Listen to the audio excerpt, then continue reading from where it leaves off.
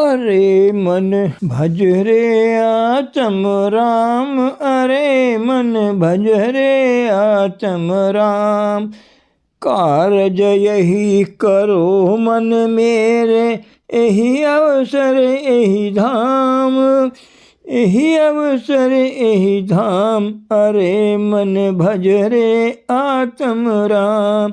मानुष जन्म मान मन माही, कहो निरंजन नाम, कहो निरंजन नाम। अरे मन भज रे आत्म राम। पांचों गुण पंचोदश रमी है, कर लीजिए निज काम, कर लीजिए निज काम। अरे मन भज रे आत्म राम। ऐसे समझ तजो मन मूरख, गृहधारा धन धाम, गृहधारा धन धाम। अरे मन भज रे आत्म राम। जन जब जगदीश भजन कर, बीते चारों याम, बीते चारों याम। अरे मन भज रे आत्म राम। गुरु रूप प्यारी साध संगत जी, आप सभी पवित्र आत्माओं के श्री चरणों में दास का कोटि कोटि प्रणाम है। परम पूज्य परम संत कृपाल सिंह जी महाराज जी अनमोल वचनों में फरमा रहे हैं। सब महापुरुषों ने कहा है कि शादी एक पवित्र बंधन है, कोई ठेका नहीं है। मुद्दतों से यह रिवाज चला आ रहा है कि शादी से हम एक नई जिंदगी में दाखिल होते हैं। इसके लिए महापुरुषों ने हमेशा यही कहा है कि हमें एक अच्छी ज़िंदगी बसर करनी चाहिए, हमें नेक होना ज़रूरी है। अच्छे नेक ख्यालात, नेक वचन, नेक काम होने चाहिए। सब धर्म पुस्तकें यही कहती हैं कि बाहरी शादी का मतलब एक जीवन साथी को साथ लेना है, जो दुख में सुख में एक दूसरे के काम आए और दोनों मिलकर प्रभु को पाएं, जो कि इस जिस्म में रहते हुए हमारा सबसे ऊंचा आदर्श है। एक फ़र्ज़ इसमें बाल बच्चे पैदा करना भी है। यह 100% फ़राइज़ में शामिल नहीं है। हमें ज़िंदगी में एक साथी की ज़रूरत है जिसको प्रभु जोड़े। ठीक है, इसके पीछे प्रभु का हाथ है जो हमें नज़र नहीं आ रहा। पिछले जन्म के लेन देन बराबर करने के लिए दो रूहों को वो आपस में जोड़ता है, मगर शादी एक ऊंचा आदर्श है। रूह को परमात्मा के साथ जोड़ना। सारे धर्म ग्रंथ और सभी समाजें यही कहती हैं। सिख धर्म ग्रंथ हमें पहला कदम यही सिखाते हैं कि हम नेक पाक ज़िंदगी बसर करें, अच्छे ख्यालात हों, अच्छे अल्फाज मुंह से निकलें और नेक काम करें। सब मनुष्य जाति के लिए दिल में प्यार रखें, किसी के दिल को ना दुखाएं। कुदरती तौर पर प्यार देना जानता है, कुर्बानी जानता है, एक दूसरे के काम आना ही इंसानियत है। आखिर हमारा निशाना भी प्रभु प्राप्ति है। इसके लिए दूसरों से प्यार पहला कदम है। अब मकसद जो हमारे सामने है उसके लिए हमें क्या करना चाहिए? आखिरकार रूह का प्रभु के साथ मिलाप सच्ची शादी है। कुदरती तौर पर बाहरी शादी के लिए आपको किसी मुतबरिक इंसान को बुलाना होगा जो कि शादी के बारे में जानता हो और समझा सकता हो। इसी तरह सच्ची शादी जो रूह का परमात्मा के साथ मिलाप कहा जाता है, उसके लिए भी किसी मुतबरिक या समर्थ पुरुष की ज़रूरत है जिसने अंतर में प्रभु का अनुभव किया हो। इसलिए किसी पूर्ण पुरुष के चरणों में बैठना सीखो। उनकी ज़बान एक की ज़बान होगी, चाहे किसी भी समाज से क्यों ना आए हों। उनका मकसद एक ही होता है, इंसानी चोला सबसे ऊंचा है, इसी में प्रभु को पाया जा सकता है। अपनी अपनी समाजों में रहते हुए इस आदर्श को पाओ। अब रहा दूसरा पहलू, इसमें एक दूसरे की मदद करके प्रभु परमात्मा को अंतर में प्रकट करना है। यही सच्ची शादी है। मीराबाई ने कहा था कि अब मेरी शादी प्रभु से हो चुकी है, अब मुझे किसी भी किस्म का डर नहीं है। ऐसी शादी कभी टूटती नहीं। ऐसी शादी के लिए आपको किसी ऐसे समर्थ की ज़रूरत है जिसने अंतर में प्रभु के दर्शन करके एक हो चुका हो। उसे किसी भी नाम से पुकारा जा सकता है। ऐसे अनुभवी पुरुष के साथ नाता जोड़कर उसकी रहनुमाई में पवित्रता का जीवन जियो।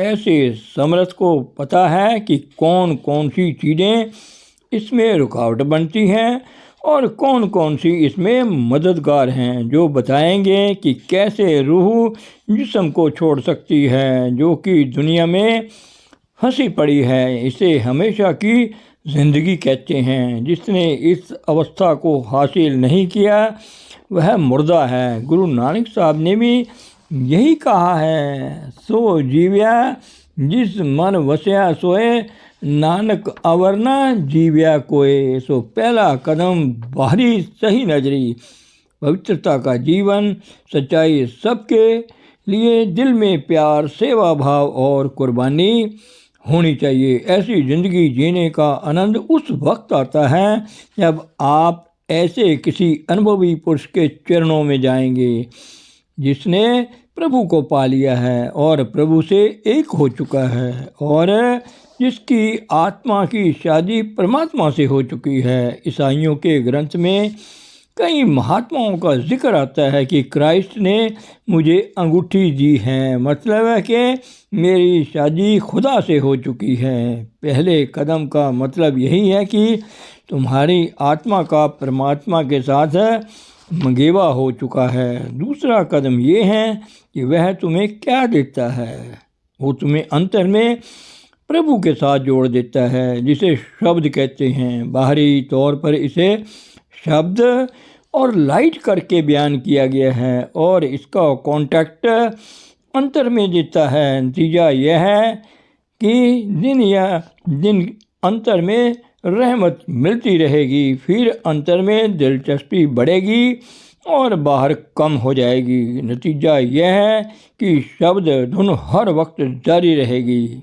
ऐसी मौज गुरु बताएगा कि 24 घंटे आप अंतरी शब्द सुनते रहोगे, कान बंद किए बगैर भी। इस तरह आप दुनिया में रहते हुए भी उपरले मंडलों में आपका प्रवेश रहेगा। कामनाएं छूट जाएंगी, जिंदगी ज़्यादा शब्द धुन अंतर में जारी रहेगी, उतना ही ज़्यादा दुनिया से उच्चाट रहोगे। आगे क्या होगा? तुम इस जिस्म के मंदिर में प्रभु के दर्शन करते रहोगे। तुम देखोगे कि कोई ऐसी जगह नहीं जहाँ वो नहीं। ऐसा महसूस करोगे कि जैसा तुम अपने आप को भूल गए हो। आखिर में आप परमात्मा में अभेद हो जाओगे। जैसे कतरा पानी का समुंदर में मिलकर समुंदर हो जाएंगे, यही क्राइस्ट ने फरमाया है, I and my father are one. Shankaracharya ने कहा है कि हे प्रभु, मैं जानता हूँ कि मेरे और तुम में कोई भेद नहीं, मगर मैं आपका हूँ, तुम मेरे नहीं। क्योंकि एक लहर समुंदर की हो सकती है, समुंदर लहर का नहीं हो सकता। इसे कहते हैं कि प्रभु में अभेद होना और एक हो जाना। सिखों के धर्म ग्रंथ में 4 दर्जे शादी के बयान किए जाते हैं। बाकी धर्मों में भी थोड़ा थोड़ा जिक्र जरूर है। कहते हैं कि प्रभु ने तुझे जोड़ा है, वही जुदा करे तो करे। अगर आप इस हिदायत पर पूर्ण तौर पर अमल करोगे तो मौत के बाद भी आप इकट्ठे हो जाओगे। आखिर प्रभु में आप अभेद हो जाओगे। इसको सच्ची शादी कहते हैं। आत्मा की परमात्मा के साथ है। प्रभु सत्ता इंसानी पोल पर काम करती है, यह उसकी बरकत है और रहमत है। ऐसे समर्थ को अगर आप मिलते हैं तो वो आपको प्रभु तक पहुंचाने में मदद करता है। उसके चरणों में बैठो, कहना मानो, उसको प्यार करो। तुम किसी को प्यार करोगे तो तुम्हें प्रभु का प्यार करेगा। सब महापुरुष यही कहते हैं कि वो प्यार प्यार नहीं कहलाता जो एक को छोड़कर दूसरे से लगाया जाए। वो प्यार क्या है जो आज कल यहाँ है। कृष्ण ने कहा है कि अगर आप अपने भाई को प्यार नहीं कर सकते जिसको तुम देखते हो, और उस प्रभु को जिसको देखा नहीं कैसे प्यार कर सकते हो। मुबारक हैं वो लोग जिनकी आत्मा परमात्मा के साथ हमेशा के लिए एक हो गई है। अपने बच्चों को पालो, प्रभु की याद बनाए रखो, अपनी ज़िंदगी की एक मिसाल कायम कर दो ताकि तुम्हारे बच्चे तुम्हारी नकल कर सकें। जब से मैं यहाँ आया हूँ मुझे 3 शादियों में शामिल होने का मौका मिला है। बाकी आदमियों ने भी तो ये विचार सुने होंगे। अपने कान खोलो ताकि तुम देखने वाले बन जाओ। इधर उधर भागने दौड़ने की बजाय या तो पूर्ण ब्रह्मचर्य का जीवन धारण करो, या अगर नहीं कर सकते तो शादी कर लो, यह बेहतर होगा। यह मेरी आखिरी सलाह है आप लोगों को। शादी का मतलब विषय विकारों की ज़िंदगी नहीं है, यह बड़ा पाक रिश्ता है। एक दूसरे की मदद करो। एक जगह दूसरी जगह पर कहीं और भागने की मिसाल अच्छी नहीं। अगर आप 100% ब्रह्मचर्य धारण करते हो तो मैं आपके पांव धोने को तैयार हूँ। अगर नहीं कर सकते तो शादी कर लो, यह आपको वापस अपने घर प्रभु के पास पहुँचाने में मदद करेगी। क्राइस्ट ने कहा है कि अपनी बीवियों से ऐसा प्यार करना चाहिए जैसे मैंने गिरजे से किया है। हमारे सामने ये सबसे ऊंचा आदर्श है। पुराने ऋषि मुनियों के ज़माने में ब्रह्मचर्य के 3 दर्जे होते थे। सबसे नीचे या तीसरे दर्जे का ब्रह्मचर्य 12 साल का होता था। दूसरे दर्जे का ब्रह्मचर्य 24 साल का होता था। पहले दर्जे का ब्रह्मचर्य 48 साल का होता था। अब आप अपनी तरफ नज़र मार कर देखो कि कहाँ खड़े हो। ये कैसी ताकत है जो जिस्म बनाती है, दिलो दिमाग बनाती है। इतनी ऊंची कीमत की हम कदर नहीं करते।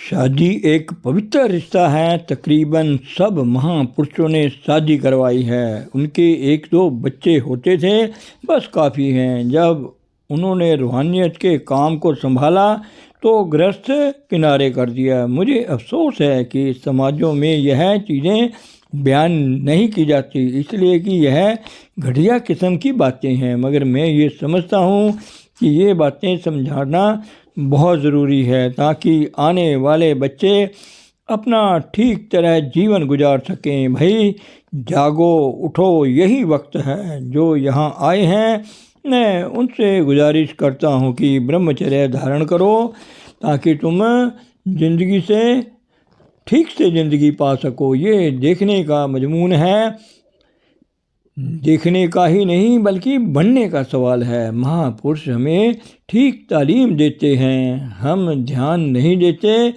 उनके ठीक नतीजे को नहीं समझते। उनका मतलब बड़ा गहरा होता है। यहाँ से बाहर निकलते ही सब कुछ भूल जाते हैं। वक्त वक्त पर मैं आपके सामने ज़रूरी बातें पेश करता रहता हूँ। अब चंद लफ्ज़ों में मैं आपको फिर अर्ज करता हूँ कि जो मुझे हजूर ने समझाई हैं, ज़िंदगी में जीना सीखो। सच्चाई बहुत ऊंची चीज़ है, धारण करो। सच्चा सुच्चा जीवन है, सच्चाई से भी बढ़कर है। ऐसा जीवन बनाओगे तो मेरी खुशी आपको मिल जाएगी।